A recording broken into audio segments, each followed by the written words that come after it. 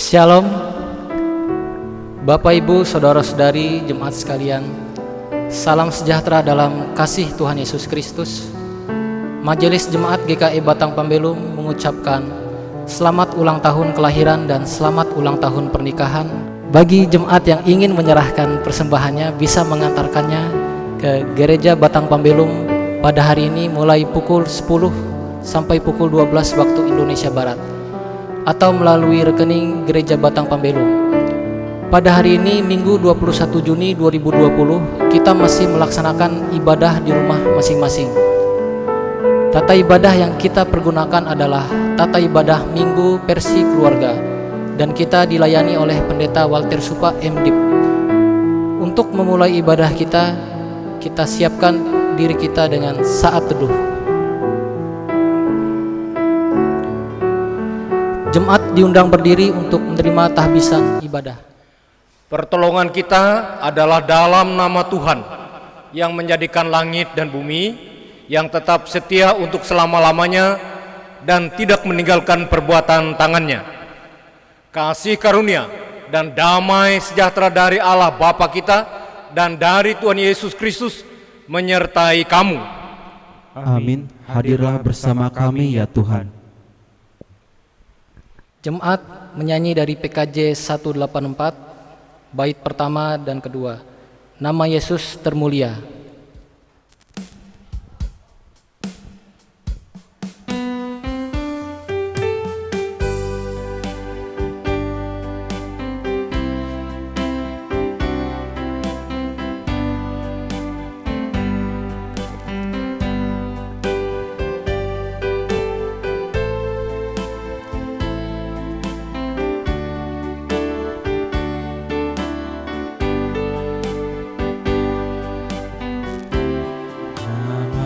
Yesus termulia di atas segala nama, agar di dalam namanya semuanya menyembah, yang di bumi dan di sorga lutut memuliakan. Segala lidah pun berkata, Yesus Kristus itu Tuhan. Terpuji namanya, terpuji sembah dan pujilah saja alam semesta, yang di bumi dan di sorga tekuk lutut memuliakan. Segala lidah pun berkata, Yesus Kristus itu Tuhan.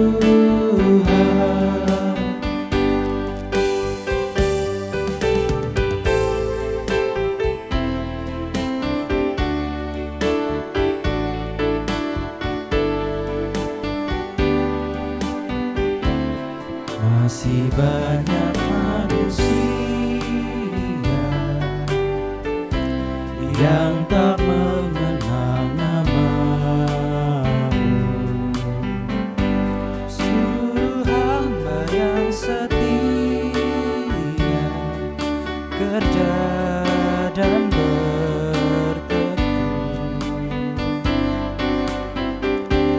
Tuhan, pakailah diriku menyebarkan keselamatan, kata dan perbuatanku mencerminkan firman Tuhan.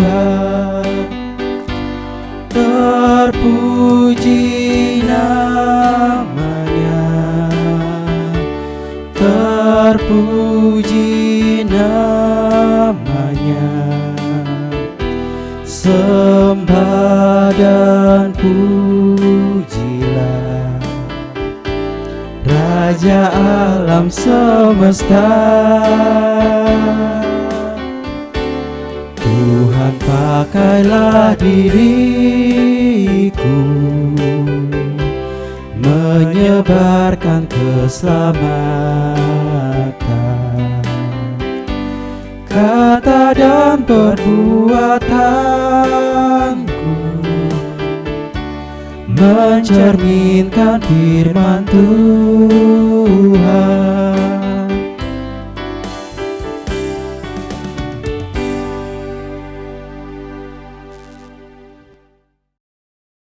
Mari kita bersatu dalam doa.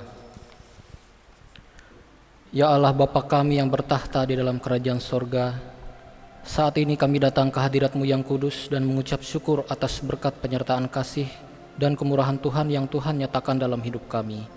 Sebab pada saat ini kami dapat melaksanakan ibadah di tempat kami masing-masing untuk memuji dan memuliakan nama Tuhan. Mohon Tuhan tuntun dan sertai kami dengan Roh-Mu yang kudus, agar ibadah ini dapat terlaksana dari awal sampai berakhir. Ya Tuhan, sebentar lagi kami akan membaca firman-Mu ini. Kiranya Tuhan selalu mengurapi kami dengan Roh-Mu yang kudus, agar kami dapat mengerti dan memahami makna yang terkandung dalam firman-Mu ini, dan seturut dengan kehendak-Mu. Terima kasih Bapa di sorga, terpujilah nama-Mu Yesus. Amin.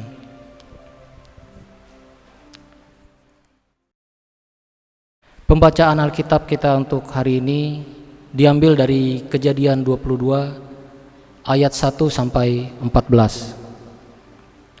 Dengan perikop kepercayaan Abraham diuji. Setelah semuanya itu, Allah mencoba Abraham. Ia berfirman kepadanya, "Abraham." Lalu sahutnya, "Ya Tuhan." Firman-Nya, "Ambillah anakmu yang tunggal itu yang engkau kasihi, yakni Ishak. Pergilah ke tanah Moria dan persembahkanlah dia di sana sebagai korban bakaran pada salah satu gunung yang akan kukatakan kepadamu." Keesokan harinya pagi-pagi bangunlah Abraham. Ia memasang pelana keledainya dan memanggil 2 orang bujangnya beserta Ishak anaknya. Ia membelah juga kayu untuk korban bakaran itu. Lalu berangkatlah ia dan pergi ke tempat yang dikatakan Allah kepadanya. Ketika pada hari ketiga Abraham melayangkan pandangnya, kelihatanlah kepadanya tempat itu dari jauh.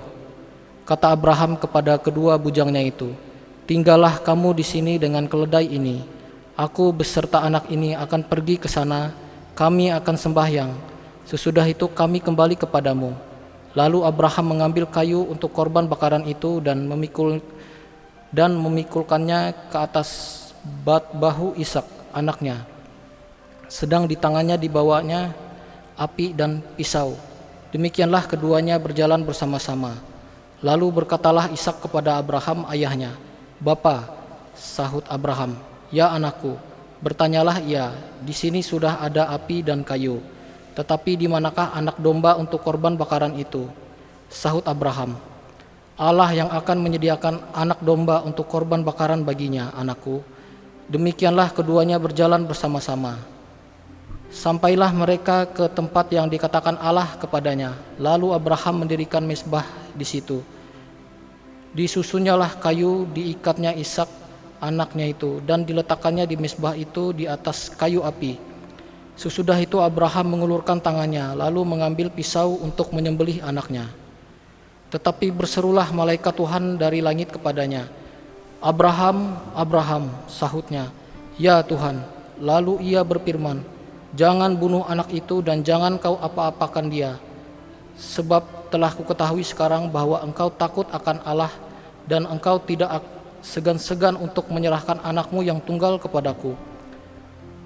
Lalu Abraham menoleh dan melihat seekor domba jantan di belakangnya, yang tanduknya tersangkut dalam belukar.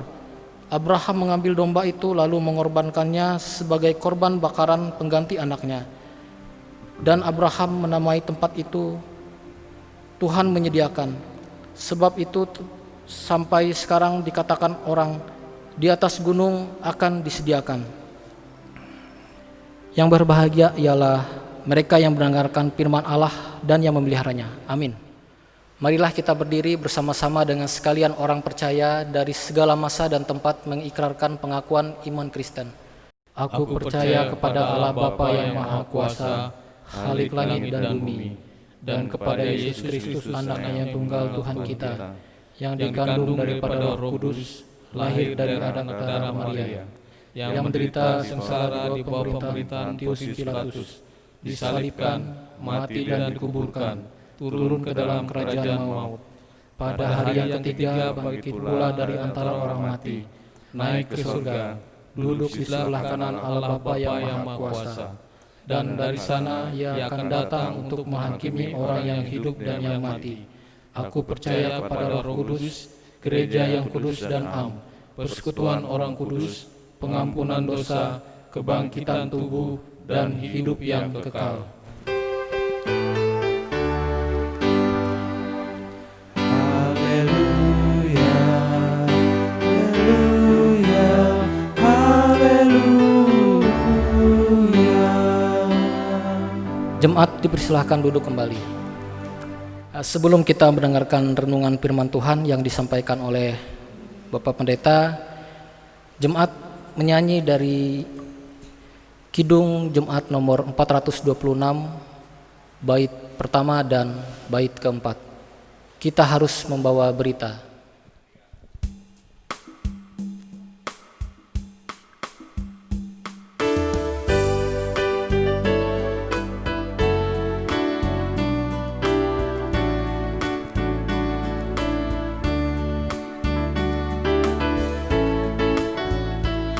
Kita harus membawa berita pada dunia dalam gelap tentang kebenaran dan kasih dan damai yang menetap, dan damai yang menetap.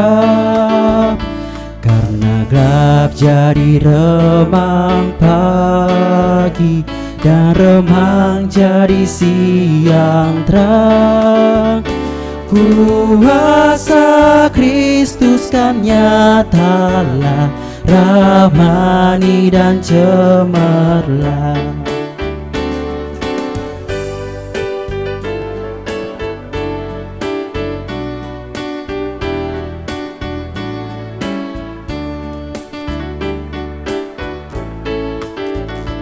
Kita harus bersaksi di dunia tentang kuasa darah kudus. Semoga yang masih terima Sang Penebus, terima Sang Penebus. Karena gelap jadi remang pagi, dan remang jadi siang terang. Kuasa Kristus kan nyatalah, rahmani dan cemerlang.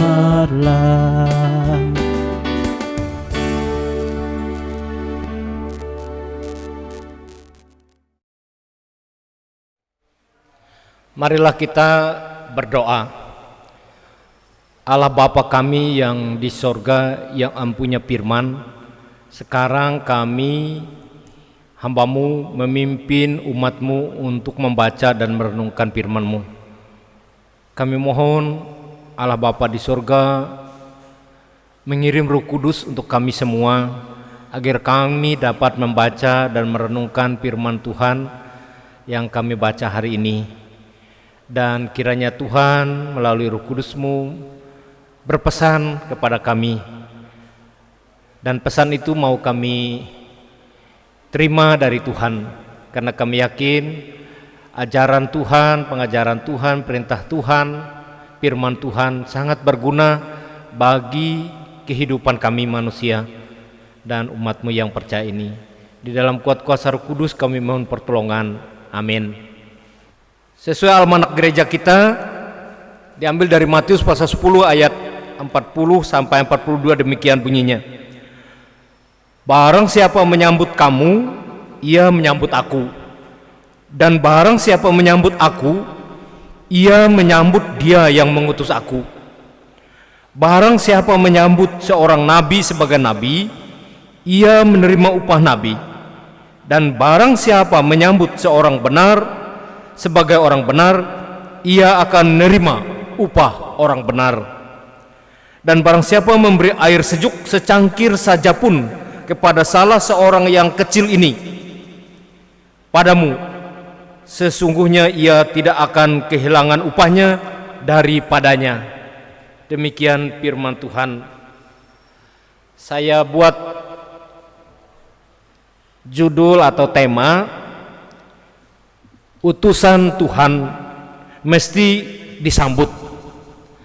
Sedangkan subtema yang telah ditetapkan oleh Majelis Sinode GKI Banjarmasin atau oleh GKI bulan Juni ini, yaitu menjadi saksi iman. Bapak Ibu, saudara-saudari Jemaat GKI Batang Pembelum khususnya, dan semua pendengar baik yang saat ini mungkin sedang sakit di rumah ataupun di rumah sakit. Siapa sih utusan Tuhan? Saya akan tanda petik kata utusan Tuhan itu ialah nabi, raja, rasul, murid-murid, penetua diakon, pendeta, penginjil, guru agama, guru sekolah, baik swasta maupun negeri, bahkan guru-guru sekolah hari Ahad bisa atau dapat dikatakan adalah utusan Tuhan juga. Bapak Ibu, saudara-saudari warga jemaat yang dikasihi oleh Yesus Kristus, apa alasan utusan Tuhan mesti disambut atau mesti diterima gitu ya? Bahasa Alkitab tadi disambut atau dihargai bisa. Alasan pertama, karena yang namanya utusan Tuhan, mereka ialah dipilih, bukan memilih diri sendiri. Mereka dipilih, yang kedua dipanggil, dan setelah mereka dipanggil dan dipilih, mereka diurapi dan diutus, ditabiskan oleh Allah sendiri. Nah, itu bedanya yang namanya utusan Allah.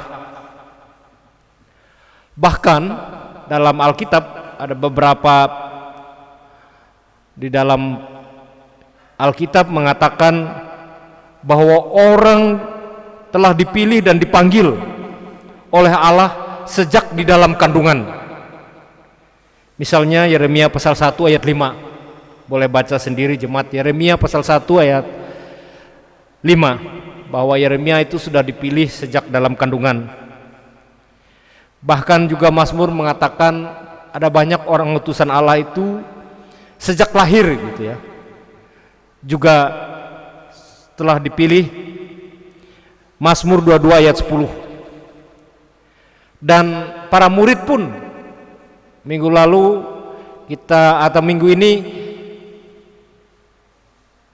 tanggal 14 Juni dikatakan Tuhan mengutus atau memanggil 12 murid.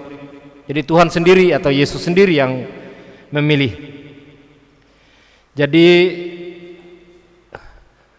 benar sekali, wajar sekali kalau yang namanya utusan Tuhan, utusan Allah mesti disambut atau diterima atau dihargai. Jangankan utusan Allah, utusan manusia, pilihan manusia saja kita hargai. Dipilih sebagai kepala desa, dipilih sebagai pimpinan daerah dan sebagainya, mereka umumnya kita sambut, kita terima, kita hargai. Apalagi orang ini atau utusan Allah ini adalah dipilih oleh Allah. Rasanya selayaknya lah kita menyambut mereka dan menerima mereka. Alasan kedua, kenapa kita harus menyambut atau menerima utusan Allah, karena utusan Allah ialah orang yang menyampaikan firman Tuhan atau pembawa berita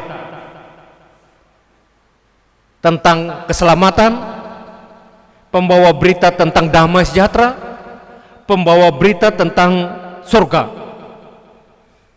Jadi pasti hal yang indah, yang baik, yang luar biasa. Dan oleh sebab itu dalam firman Tuhan mengatakan para utusan Allah itu indah. Bahkan dalam pengantar pelaksanaan pentabisan, pekerjaan yang mulia kalau orang mau bersedia menjadi utusan Allah.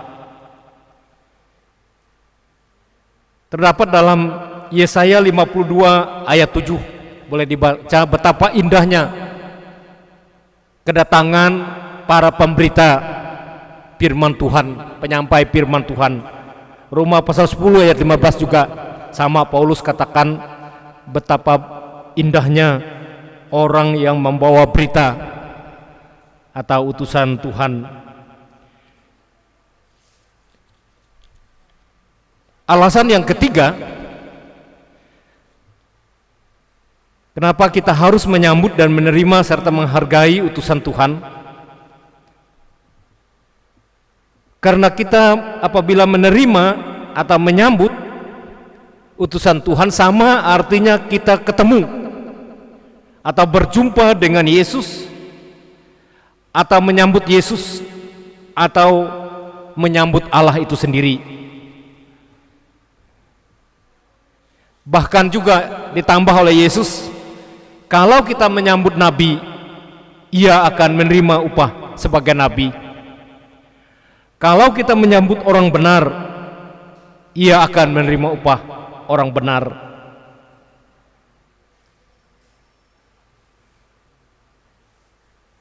Bahkan juga dikatakan, apabila orang memberi secangkir air, ia akan terima upah atau ada pembalasannya dari pemberian itu. Dengan kita bisa menerima atau menyambut kehadiran utusan Allah, ada banyak pengalaman orang sukses lebih banyak ditentukan oleh pergaulannya. Kalau dia banyak pergaulannya dengan orang benar, maka dia jadi orang benar. Sebaliknya, kalau dia banyak bergaul dengan orang tidak benar, jadi besar kemungkinan dia menjadi orang sesat. Boleh dibaca dalam 1 Korintus 15 ayat 33. Pergaulan membawa orang atau mempengaruhi sikap seseorang. Bapak Ibu yang dikasihi oleh Yesus Kristus, itu alasan yang luar biasa ya. Alasan 1, 2, 3 tadi, kenapa kita menyambut utusan Allah dengan baik.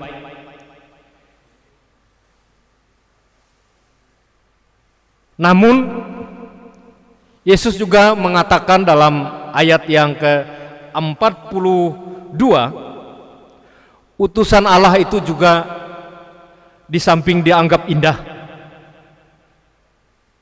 dianggap orang kecil. Saya akan bacakan lagi ayat 42.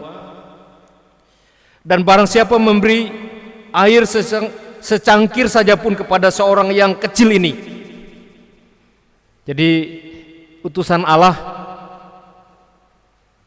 dikatakan seorang yang kecil. Bahkan juga ada dalam Matius pasal 25 ayat 40, dikatakan bahwa saudaraku, bisa dikatakan itu adalah murid, saudaraku yang paling hina. Matius 25 ayat 40, saudaraku yang paling hina. Saudaraku bisa diterjemahkan ya jelas yang orang terdekat dengan dirinya, yaitu para muridnya dan saudara secara keturunan Yusuf dan Maria. Yesus katakan utusan Tuhan di samping indah karena menyampaikan firman Tuhan, juga karena resiko pekerjaan seorang yang kecil ini dan saudaraku yang hina ini. Bapak Ibu jemaat yang kasih oleh Yesus, kenapa Yesus menyebut juga utusan Tuhan seorang kecil dan saudaraku yang hina ini?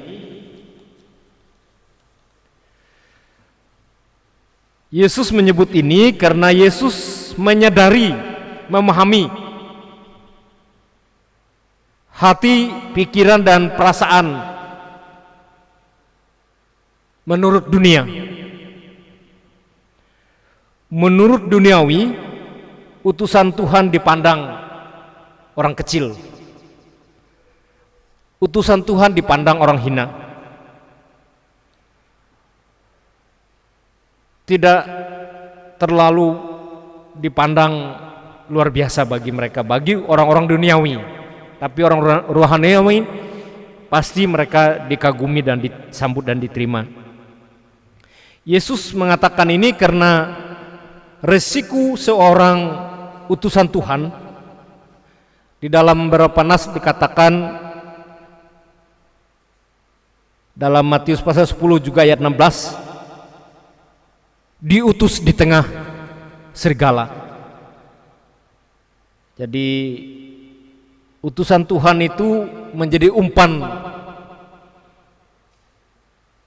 binatang buas. Jadi artinya dianggap orang hina, orang kecil saja. Merekalah yang diperhadapkan dengan itu. Bahkan dikatakan dalam nas sebelumnya atau pasal 10 juga, akan diserahkan, akan dipitnah dan diperhadapkan kepada pengadilan agama dan orang-orang besar. Artinya tidak terlalu dihargai dan dihormati, tidak dibela. Itulah dianggap hina. Bahkan dalam pengalaman hari-hari, kalau seorang utusan Tuhan terlalu menantang arus dalam pemberita firman Tuhan, khotbah terlalu keras, teguran terlalu tajam, kritik terus menerus, pasti dianggap orang kecil atau tidak terlalu dihormati, khusus bagi orang yang tidak mau bertobat atau tidak mau menerima khotbah yang terlalu tajam atau terlalu kritik. Jemaat yang dikasih oleh Tuhan kita Yesus Kristus, harus juga kita sadari utusan Tuhan itu ada dua. Yang pertama asli, yang kedua palsu. Bagi yang asli, hendaknya kita sungguh-sungguh menerimanya atau menyambutnya. Yang palsu, yang menyesatkan, patut kita tolak. Nah, untuk mengetahui asli atau palsu bisa dilihat dari buahnya. Matius pasal 7 ayat 20.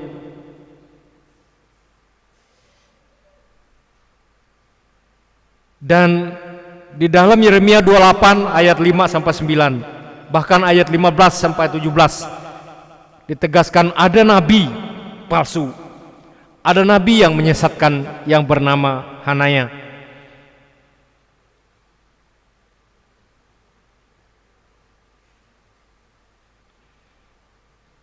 Jemaat yang dikasih oleh Yesus Kristus, menyangkut yang kecil, orang yang kecil, orang yang hina atau saudaraku yang hina bukan hanya untuk orang Kristen atau untuk utusan Allah saja. Karena konsekuensi tugas panggilan secara umum, siapa saja yang dianggap miskin, yang dianggap hina, patut kita terima atau kita kasihani. Saya paling mengagumi firman Tuhan dari Mazmur 41 ayat 2 sampai yang keempat. Kalau orang biasa membantu orang lemah, maka ketika dia mengalami musibah, ketika dia mengalami sakit penyakit, ketika dia berbaring di ranjang, Tuhan akan meluputkan dia dari pencobaan. Itu pernah saya alami dan terbukti tidak sia-sia atau tidak dibiarkan. Seandainya kita mengalami pencobaan, pasti ada pertolongan, belas kasihan. Bapak Ibu yang dikasihi oleh Tuhan kita Yesus Kristus, mari kita terima utusan Tuhan dan kita dukung agar para utusan Tuhan betul-betul jadi saksi iman, hingga orang percaya kepada Yesus Kristus sebagai Tuhan dan Juru Selamat. Sebagai warga jemaat, cara kita menerima utusan Tuhan, yang pertama, dengarkan apa isi doanya dan apa berita firman Tuhan yang disampaikannya. Yang ketiga, patuhi dan taati apa yang telah diatur di dalam gereja bersama utusan Tuhan. Yang ketiga, dukung secara moral dan material para utusan Tuhan, supaya mereka tidak jatuh di dalam berbagai pencobaan. Tuhan memberkati kita. Amin. Kita nikmati saat teduh.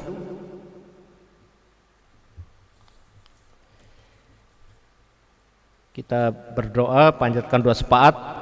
Allah Bapa kami yang di surga, kami mengucap syukur karena kami dapat merenungkan firman-Mu. Tolonglah agar kami bisa menyambut dan menerima, menghargai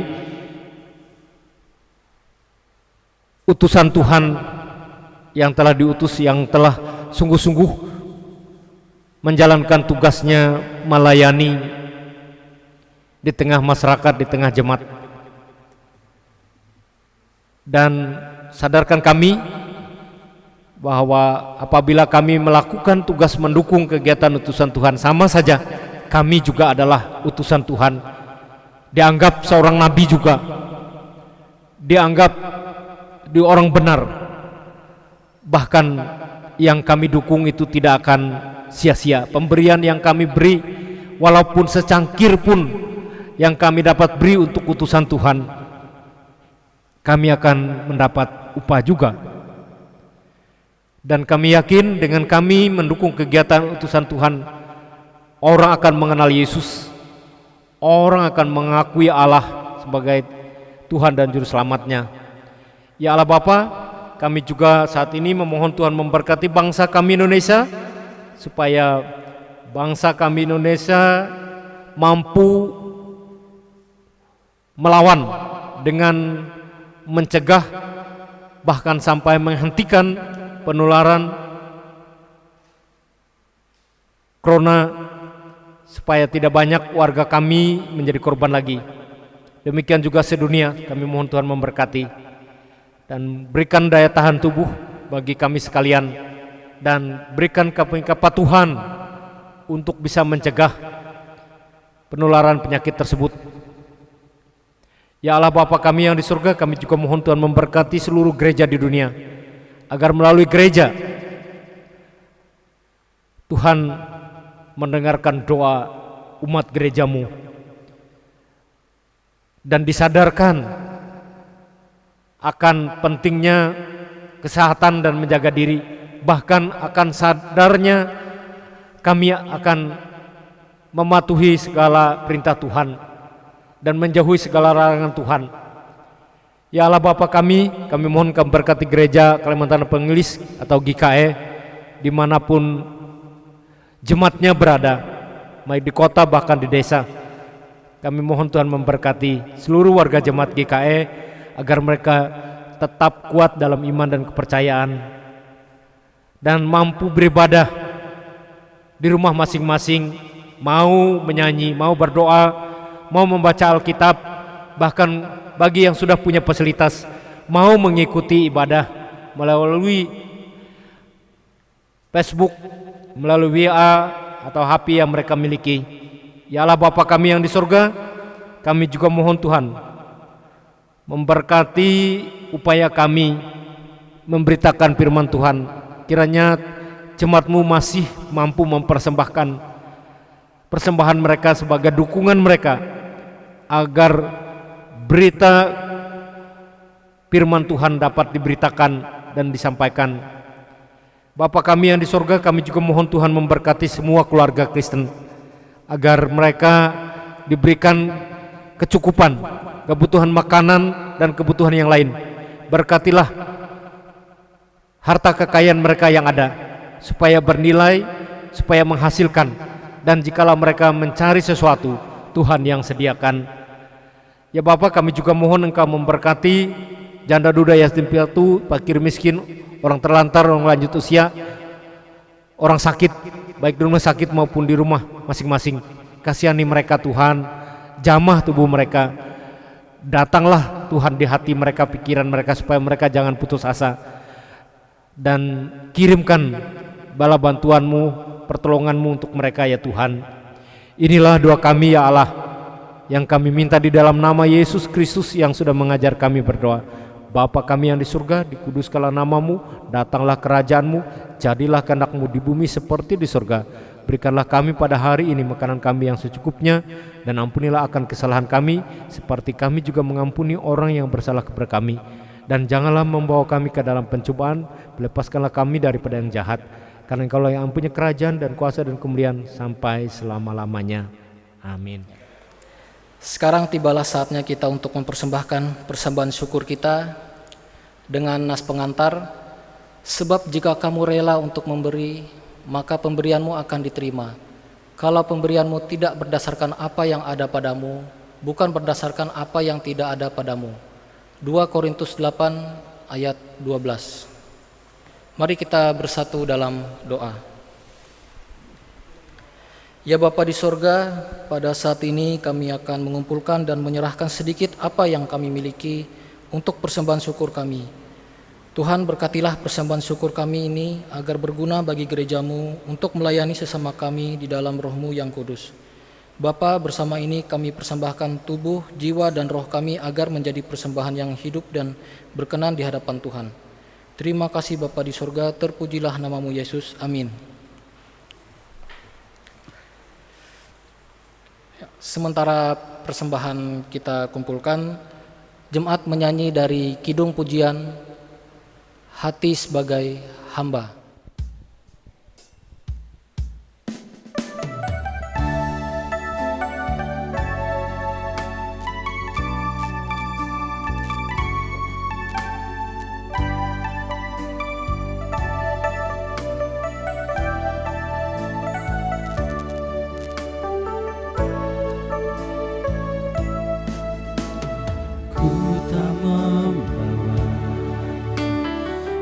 Apapun juga saat ku datang ke dunia,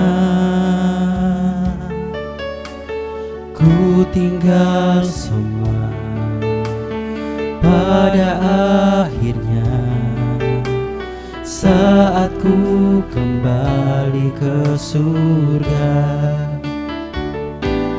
Inilah yang ku punya, hati sebagai hamba yang mau taat dan setia padamu Bapa. Kemanapun ku bawa, hati yang menyembah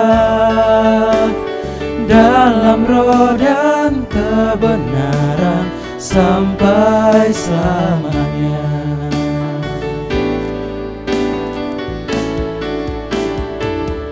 Yang ku punya, hati sebagai hamba yang yang mau taat dan setia padamu Bapa, kemanapun ku bawa hati yang menyembah, dalam roh dan kebenaran sampai selamanya, dalam roh dan kebenaran sampai selamanya.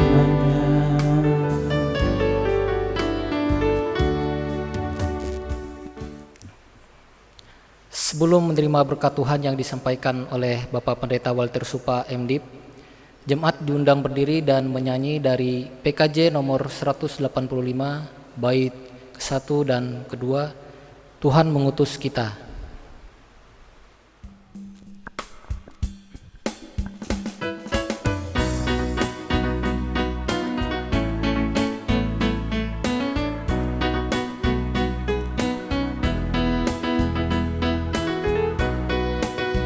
Tuhan mengutus kita ke dalam dunia, bawa pelita kepada yang gelap.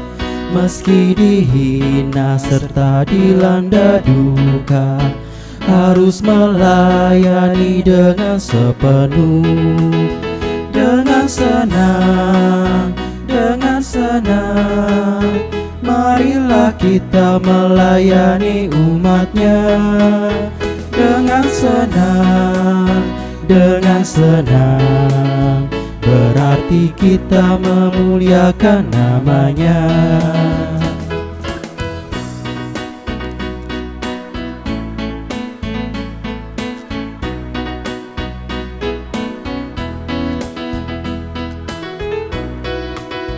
Tuhan mengutus kita ke dalam dunia, bagi yang sakit dan tubuhnya lemah.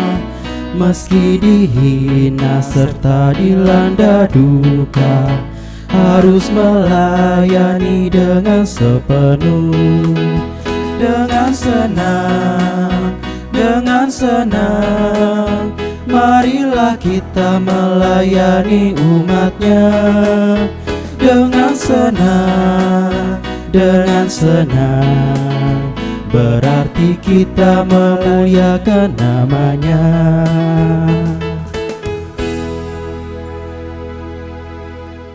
Terimalah berkat Tuhan. Semoga Tuhan memberkati kita dan melindungi kita. Semoga Tuhan menyinari kita dengan wajah-Nya dan memberi kita kasih karunia. Semoga Tuhan menghadapkan wajah-Nya kepada kita dan memberi kita damai sejahtera.